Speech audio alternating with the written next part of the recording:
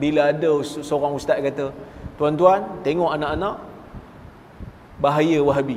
Kalau angkat tangan macam ini aja, dah macam Batman aja, tu tanda Pak Wahab. Bukan. Itu bukan Wahabi, itu Hambali.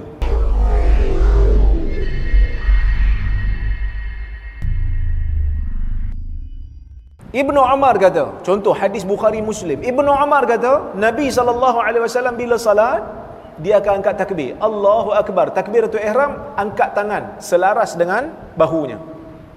Ada dua riwayat, satu selaras dengan telinga, satu lagi selaras dengan bahu. Dua-dua ada riwayat. Ibnu Umar punya riwayat selaras dengan bahu. Sebab tu kita tengok orang angkat takbir, ada yang selaras dengan telinga, ada selaras dengan bahu. Dua-duanya ada riwayat. Okey dua-dua. Cuma mazhab Syafi'i kata, mazhab Syafi'i dia tengok, satu kata angkat paras bahu, satu kata angkat paras telinga. Mazhab Syafi'i kata sebenarnya dua-dua tu betul. Dua-dua tu merujuk pada keadaan yang sama. Macam mana?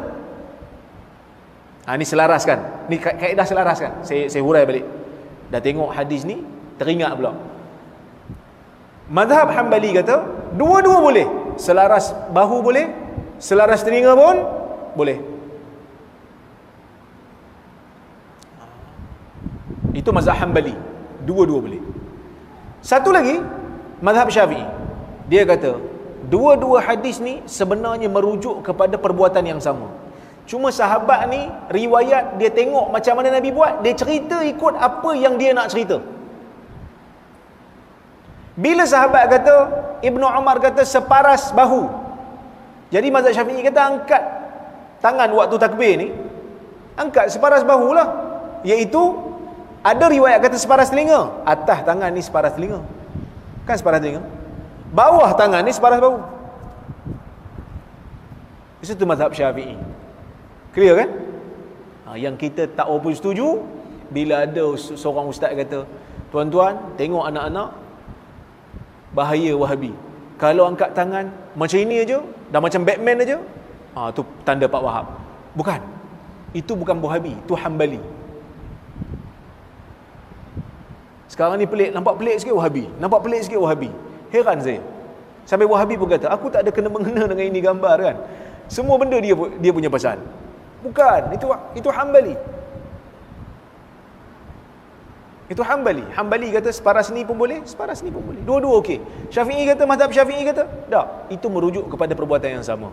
So tak ada masalah yang tu. Okey. Ibnu Umar kata Nabi SAW bila salat angkat takbir, angkat tangan separas bahu.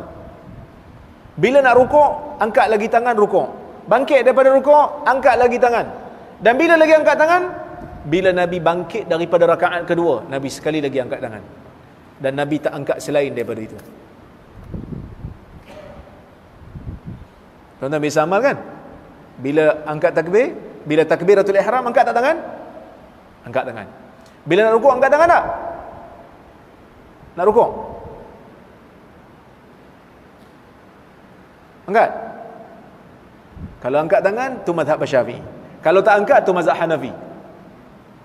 Hanafi rupanya aku. Tak apalah, mazhab Syafi'i pun dia kata sunat. Kan? Okey. Bangkit daripada rukuk, angkat tangan. Bangkit daripada rakaat kedua, angkat tangan. Ibnu Umar kata inilah amalan Nabi SAW. Tiba-tiba ada satu riwayat yang lain bagi tahu waktu nak turun sujud pun angkat lagi tangan. Waktu nak turun sujud, angkat lagi tangan. Duduk antara dua sujud tu, angkat tangan, sujud. Ada riwayat.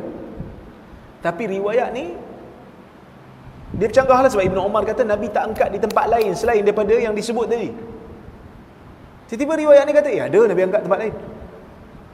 So, kebanyakan ulama bila tengok hadis tu, dia kata hadis ni tak sekuat hadis Ibnu Umar. Sebab hadis Ibnu Umar tu dalam Bukhari, dalam Sahih Bukhari, lebih kuat daripada hadis yang mengatakan ada angkat waktu nak sujud tu.